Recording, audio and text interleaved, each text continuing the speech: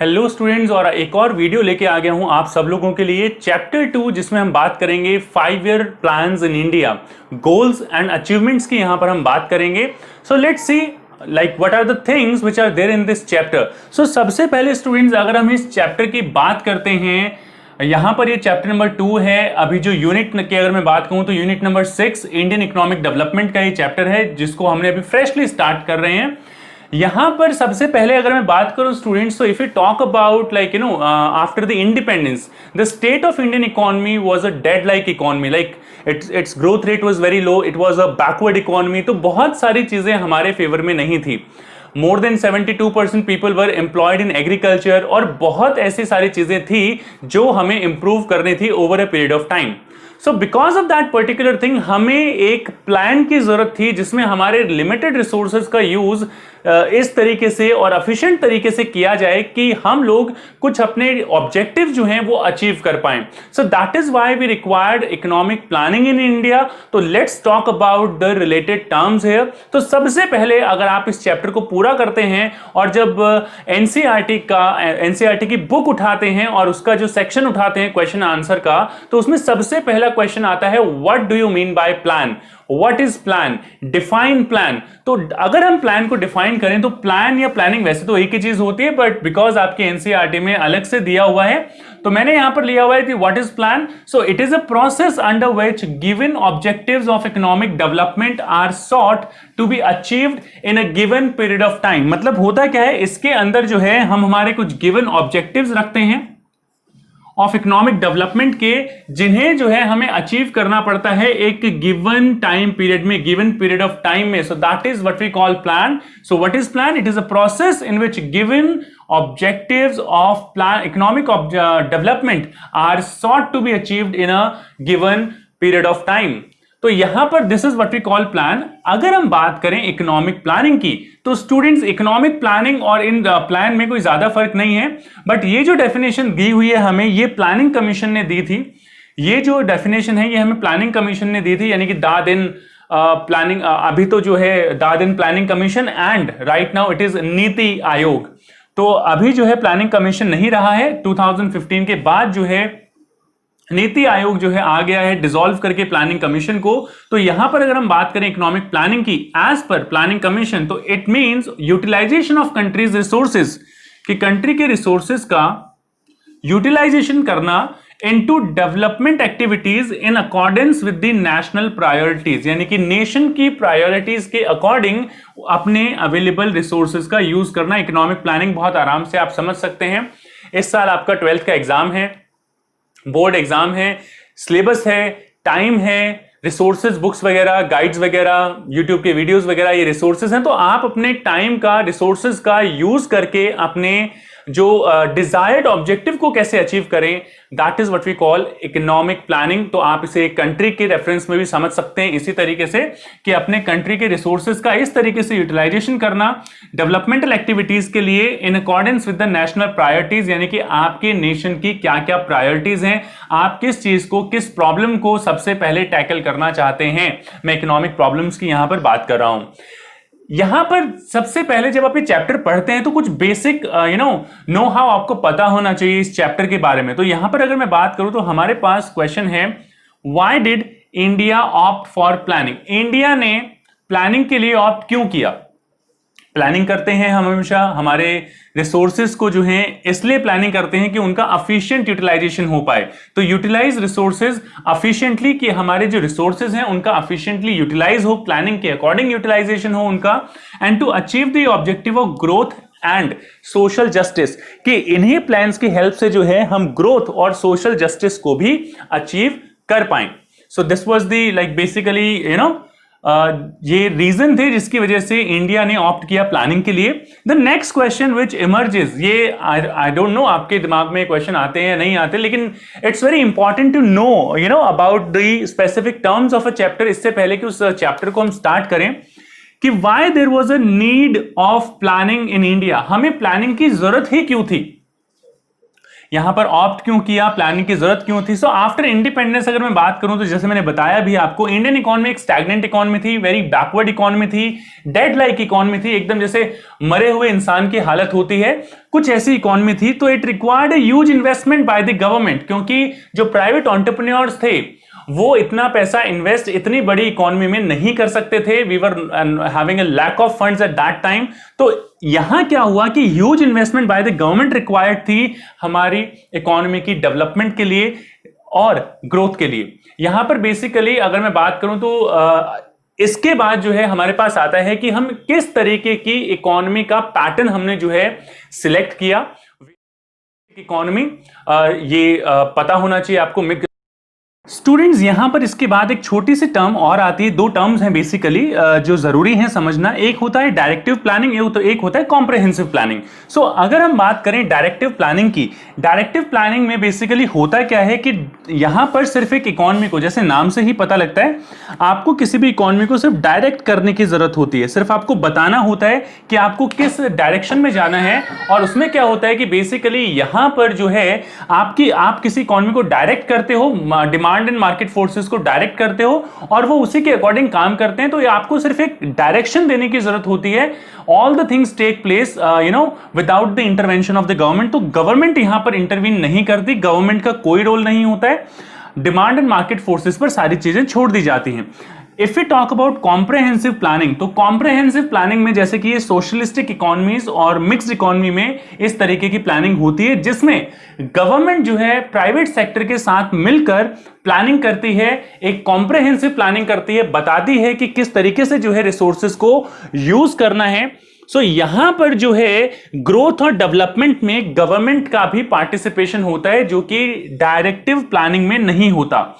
Private और public students अगर हम यहां पर बात करें टाइप्स ऑफ इकोनॉमीज की, अगर हम यहां पर बात करें टाइप्स ऑफ इकोनॉमीज कितने टाइप्स की होती हैं, जैसे कि आप लोग देख चुके हैं 3 टाइप की इकोनॉमीज यहां पर होती है। पहली कैपिटलिस्टिक इकोनॉमी या कैपिटलिस्ट इकोनॉमी, दूसरी जो होती है सोशलिस्ट इकोनॉमी, तीसरी मिक्स्ड इकोनॉमी। अगर हम बात करें इंडिया के रेफरेंस में, तो इंडिया ने कौन सा पैटर्न चुना? हमने चुना पैटर्न, यानी कि दोनों के जो पॉजिटिव्स थे उनको मिलाकर हमने एक इकोनॉमी जो है, एक सिस्टम, इकोनॉमिक सिस्टम जो है वो चूज किया। इससे पहले कि आप इकोनॉमी जो है वेरियस टाइप्स ऑफ इकोनॉमीज के बारे में आप पढ़ें, it's very important for you to know the meaning of economy, कि इकोनॉमी का मतलब क्या होता है। So students, economy refers to a system which provides livelihood और means to work to its people, यानी कि जो लोगों को लाइवलीहुड प्रोवाइड करती है और मीन्स टू वर्क प्रोवाइड करती है, उसको हम बोलते हैं economy. Let's have a look of the types of economies over here. So first of all we will talk about capitalist economy. So if you talk about capitalist economy is that economy in which means of production are owned, controlled and operated by the private sector। तो basically जो economic decisions होते हैं, यानी कि what to produce, how to produce, for whom to produce, all these decisions are taken by the private sector। यहां पर ज्यादातर जो है वो प्रॉफिट की बात की जाती है, प्रॉफिट मैक्सिमाइजेशन की बात की जाती है। Producers are produce whatever they wish to, और ज्यादातर वो चीजें प्रोड्यूस की जाती हैं जिनमें वो मैक्सिमम प्रॉफिट गेट कर सकते हैं, चाहे उसमें सोसाइटी का वेलफेयर हो या ना हो, उनको उससे कोई मतलब नहीं होता। यहां पर जो है कंज्यूमर्स भी वो कंज्यूम कर सकते हैं जो वो which they wish to basically। So both the producers and consumers are free to basically, producers are free to produce and consumers are free to consume whatever they wish to। यहां पर जो सारी चीजें हैं यहां पर मार्केट फोर्सेस पर छोड़ दी जाती हैं कि जिस चीज की डिमांड होगी वो जो है बिजनेस चल पड़ेगा, और जिस चीज की डिमांड नहीं होगी वो बिजनेस आगे नहीं बढ़ेगा। तो basically demand and supply forces के बेसिस पर ये सारी इकोनॉमी जो है वो काम करती है। इसके बाद अगर हम बात करें सोशलिस्ट इकोनॉमी की, तो socialist economy is that economy in which allocation of resources is determined by the government in accordance with the needs of the society की नीड्स के अकॉर्डिंग या नीड के अकॉर्डिंग जो है रिसोर्सेज को अलोकेट किया जाता जाता है, या आप यहां पर यह भी कह सकते हैं कि इट इज एन इकोनॉमी, इसके बारे में बता रहा हूं, सोशलिस्टिक इकोनॉमी के बारे में बता रहा हूं। It is an economy in which means of production are owned, control and operated by the government only, and all the economic decisions are taken by the government या सेंट्रल अथॉरिटी। यानी कि government जो है वो सारे decisions लेती है, that what to produce, how to produce and for whom to produce. तो इस तरीके के डिसीजंस यहां पर लिए जाते हैं, और ये डिसीजंस जो होते हैं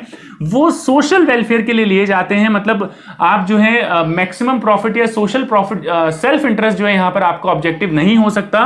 यहां पर सोशल वेलफेयर होता है, इंक्लूसिव ग्रोथ की बात करते हैं और इक्वालिटी की बात करते हैं कि लोग आपस में बहुत ज्यादा जो है कंपटीशन ना हो किसी चीज में, सोशल जस्टिस की बात यहां पर हम करते हैं। When we talk about mixed economy, then mixed economy is somewhere in between the capitalist and socialistic economy. So यहाँ पर अगर mixed economy की बात करें, जो कि Indian economy है, it is an economy in which means of production are owned by the public as well as private sector. यानी public और private sector दोनों मिलकर इकोनॉमिक जो मीन्स ऑफ प्रोडक्शन है उनको ओन करते हैं और दोनों साथ मिलकर काम करते हैं। इस तरीके की इकोनॉमी में students social welfare is always preferred over self interest, यानी सेल्फ इंटरेस्ट को आप जो है कम इंपॉर्टेंस देते हैं, जबकि सोशल वेलफेयर को जो है ज्यादा लाइमलाइट में रखा जाता है, फोकस सोशल वेलफेयर पे किया जाता है। सोशल जस्टिस यहां पर जो है उसको इक्वालिटी, सोशल जस्टिस को प्रेफरेंस दी जाती है, तो दोनों का मिक्सअप है। तो आप समझ सकते हैं कि कुछ फीचर्स यहां से तो कुछ फीचर्स यहां से उठाए गए हैं। इसकी अगर मैं बात करूं मेरिट्स की, तो स्टूडेंट्स यहां पर जो है ग्रोथ प्रोसेस जो होता है वो बहुत तेज होता है, एंड अगर डीमेरिट की बात करूं तो यहां पर सोशल वेलफेयर को इग्नोर कर दिया जाता है। इट मींस वही चीज प्रोड्यूस की जाएगी जिसकी जो चीज मार्केट में सेल होती है, यानी कि यहां पे लग्जरी गुड्स का प्रोडक्शन ज्यादा होता है, जबकि नेसेसिटी गुड्स का प्रोडक्शन इग्नोर किया जाता है, जो कि एक जो है हमारे poor section of the society के लिए रिक्वायर्ड है। यहां पर बात करते हैं सोशलिस्टिक इकोनॉमी की। सोशलिस्ट इकोनॉमी का डीमेरिट यही है कि यहां पर जो ग्रोथ प्रोसेस है वो बहुत ज्यादा स्लो होता है। यहां पर जो है ग्रोथ प्रोसेस इसकी तरह इतना ज्यादा एफिशिएंट नहीं होता। Let's talk about mixed economy. Mixed economy की पॉजिटिव्स मैं आपको बता चुका हूं, social welfare, social justice, equality, यहां पर ये सारी चीजें आती हैं। लेकिन यहां पर क्योंकि गवर्नमेंट का भी इंटरवेंशन होता है, और वहां पर जब गवर्नमेंट का इंटरवेंशन होता है तो करप्शन जैसी चीजें भी आपको जो है, रेड टेपिज्म जैसी चीजें भी आपको देखने को मिलती हैं, and these are the demerits of mixed economy. I hope इस जो है इस इंट्रो में जो मैंने टाइप्स ऑफ इकोनॉमी का आपको इंट्रोडक्शन दिया है, यहां पर तीनों इकोनॉमी के आप मीनिंग समझ चुके हैं, आप इनके मोटिव समझ चुके हैं, और डीमेरिट्स भी आप समझ चुके हैं। That is what I am expecting from you. फिर भी एक बार रिवाइज कर लेते हैं यहां पर कि मीन्स ऑफ प्रोडक्शन जो है प्राइवेट हैंड्स में होते हैं, गवर्नमेंट हैंड्स में होते हैं, पब्लिक और प्राइवेट दोनों हैंड्स में होते हैं। इस तरीके से आप इसको जो है डिफाइन कर सकते हैं और अपनी डेफिनेशन आप खुद बना सकते हैं। यहां पर ऐसा नहीं, जरूरी नहीं है कि बुक की डेफिनेशन ही जो है आप यहां पर लिखें। तो आई होप आपको ये सारी चीजें समझ में आ गई होंगी। Let's talk about the next topic. Students, अगर हम बात करें इंडियन इकोनॉमिक डेवलपमेंट की, तो यहां पर सेकेंड चैप्टर में 5 ईयर प्लान्स इन इंडिया में जो सबसे इंपॉर्टेंट क्वेश्चन यहां पर जो मैंने ऑब्जर्व किया है केवी के पेपर में, जब ये 11th क्लास में थी, ये जो बुक जो है 11th क्लास में थी, तब काफी बार ये क्वेश्चंस पूछे गए हैं केवी में भी, और 12th में भी आपके इस तरीके के क्वेश्चंस आने की पूरी पॉसिबिलिटी है। क्वेश्चन किस तरीके से पूछा जा सकता है आपसे पूछा जा सकता है, what are the objectives of economic planning, या फिर प्लानिंग इन इंडिया, या फिर 5 ईयर प्लान्स इन इंडिया, या फिर 5 ईयर प्लान्स। इस तरीके से ये क्वेश्चन अलग अलग तरह से आपसे पूछा जा सकता है। बेसिकली अगर हम बात करें ऑब्जेक्टिव्स ऑफ इकोनॉमिक प्लानिंग या इकोनॉमिक प्लानिंग या फिर 5 ईयर प्लान्स की, तो यहां पर ये ऑब्जेक्टिव्स हम दो तरीके से बांट सकते हैं। एक लॉन्ग टर्म ऑब्जेक्टिव जिसे आप over a period of time achieve करना चाहते हैं, और एक होता है short term period. Short term period जो होते हैं, शॉर्ट टर्म गोल्स जो होते हैं, लॉन्ग टर्म गोल्स आप बोल सकते हैं या शॉर्ट टर्म गोल्स आप बोल सकते हैं। लॉन्ग टर्म गोल्स जो होते हैं वो over a long period of time achieve किए जाते हैं, जैसे अगर हम बात करें फुल एम्प्लॉयमेंट की, इरेडिकेशन ऑफ पॉवर्टी वगैरह की। जबकि शॉर्ट टर्म गोल्स जो हैं वो हमारी नीड के अकॉर्डिंग टाइम टू टाइम जो है वो चेंज होते रहते हैं। इनको जो है बहुत छोटे टाइम में आप ये कह सकते हैं कि अचीव किया जा सकता है, और ये प्लान स्पेसिफिक होते हैं कि एक पर्टिकुलर प्लान में इनको जो है इंक्लूड किया जाता है। और इनको जो है बेसिकली आप कह सकते हैं कि प्लान स्पेसिफिक ये चीजें जो हैं वो होती हैं। तो यहां पर अगर हम बात करें तो सबसे पहले और सबसे इंपॉर्टेंट जो आपको पॉइंट यहां पर ध्यान देना है कि ये लॉन्ग टर्म ऑब्जेक्टिव्स मैं आपको यहां पर डिस्कस कर रहा हूं।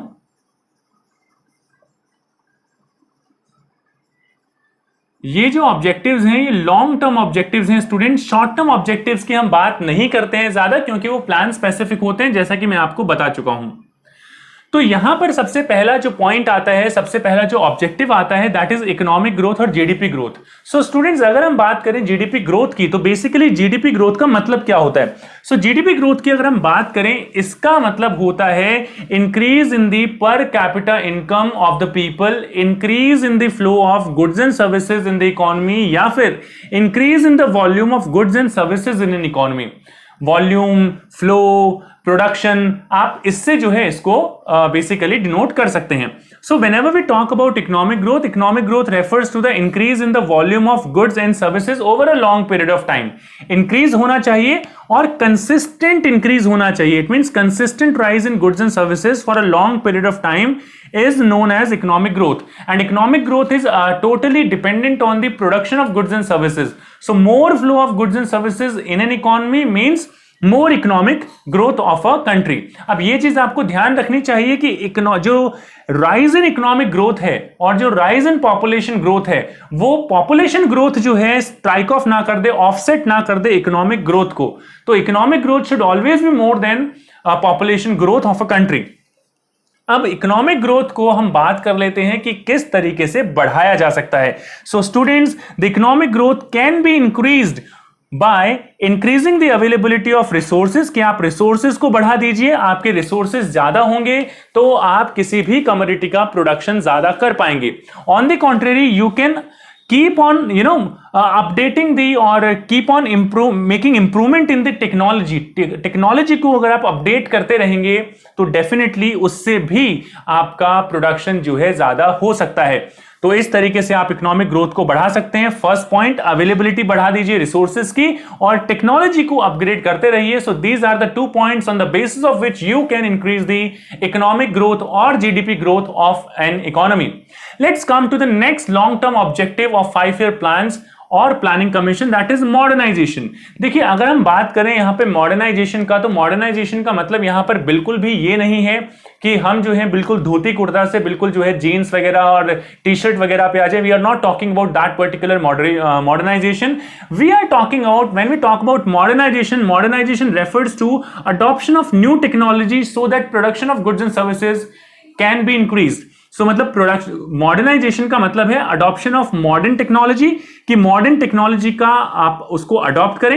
एंड सेकंड, आपका मॉडर्न आउटलुक हो, सोशल आउटलुक जो है वो मॉडर्न हो। जैसे कि पुराने टाइम में women's were not allowed to study, right now उनको भी जो है इक्वल राइट्स होने चाहिए। They should also allowed to work outside so that हमारी जीडीपी बढ़े और हमारी ग्रोथ जो है उसकी पेस भी जो है वो इंक्रीज हो। Then after if you talk about then modernisation में ही हम बात करते हैं that it helps in increasing the productivity। अगर किसी इकोनॉमी में मॉडर्नाइजेशन है, नई टेक्नोलॉजी है, एक सोशल आउटलुक जो है वो भी मॉडर्न है, तो इससे क्या होता है कि आपकी जो प्रोडक्टिविटी है इकोनॉमी की, दैट इंक्रीजेस, इंप्रूव होती है quality of goods and services जो आप प्रोड्यूस करते हैं मॉडर्नाइजेशन की वजह से।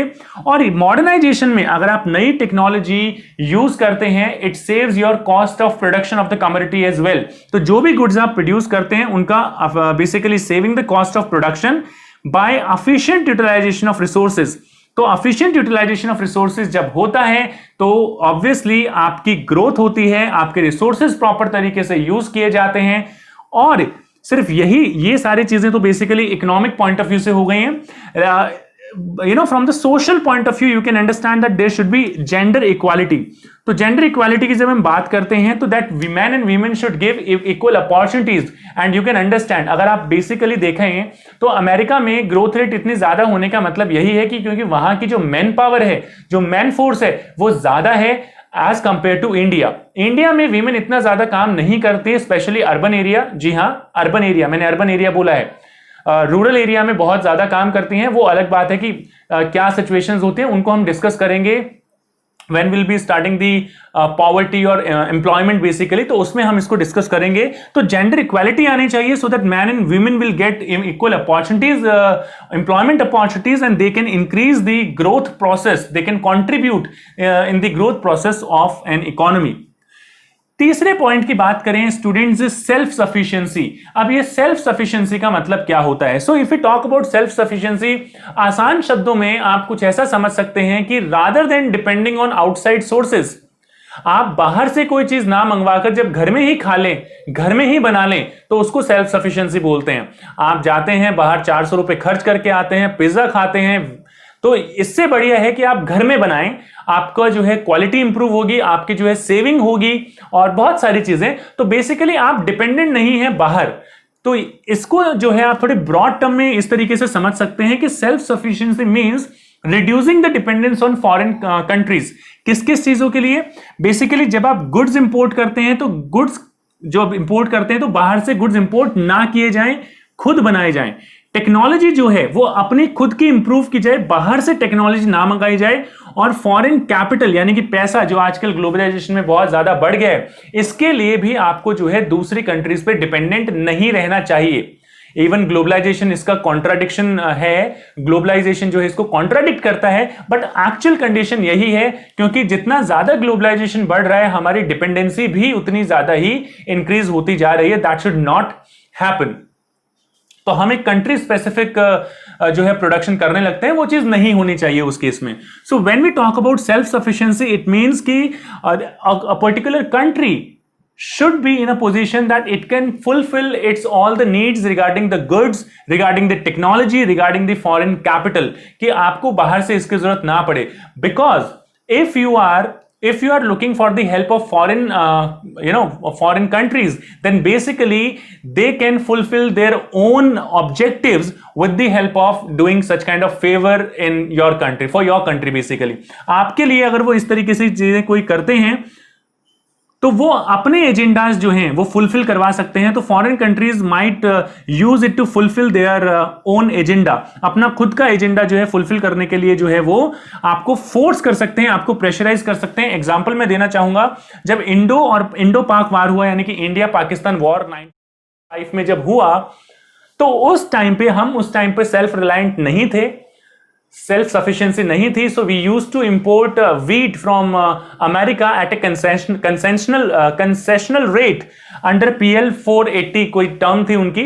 तो PL 480 टर्म के अंदर जो है हमें कंसेशनल फूड ग्रेन्स मिलते थे, और अमेरिका ने हम पर प्रेशर बनाया कि अगर हम लोगों ने वॉर खत्म नहीं किया तो वो हमें कंसेशनल रेट पर ये इस तरीके का फूड ग्रेन देना जो है बंद कर देगा।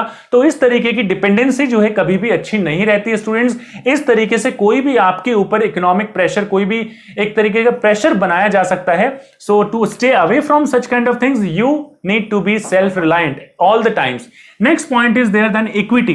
इक्विटी का मतलब यहां पर आप समझ सकते हैं, इक्विटी मतलब इक्वल चांसेस, इक्विटी मतलब सोशल जस्टिस, इक्विटी मतलब that the opportunities which poor people are getting, the same opportunities should be available to the opportunities which rich people are getting, the same opportunities should be available to poor people as well। यानी कि वो opportunities जो एक rich class को मिल रही हैं, वही opportunities एक पुअर क्लास को भी मिलनी चाहिए, सोशल जस्टिस होना चाहिए। सो इक्विटी का मतलब होता है reduction in inequality of income and establishment of social justice.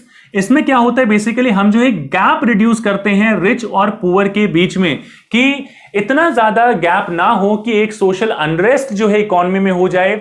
Equity का मतलब स्टूडेंट्स यहां पे दो टर्म आते हैं, एक आता है इक्विटी, एक आता है इक्विटेबल डिस्ट्रीब्यूशन। यहां पर जो है इन दोनों टर्म्स का मतलब आपको पता होना चाहिए कि दोनों में जो है वो बेसिक डिफरेंस क्या होता है।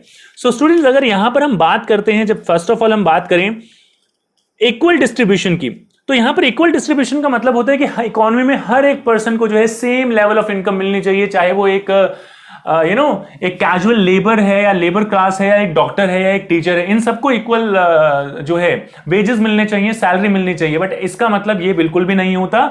इसका मतलब ये होता है कि उनके क्वालिफिकेशन के अकॉर्डिंग, उनकी क्वालिटीज के अकॉर्डिंग उनको जो है मिनिमम गैप जो है उनकी इनकम में होना चाहिए। इवन दो ऐसा होता नहीं है, that's a problem, but Indian economy is trying for that particular thing.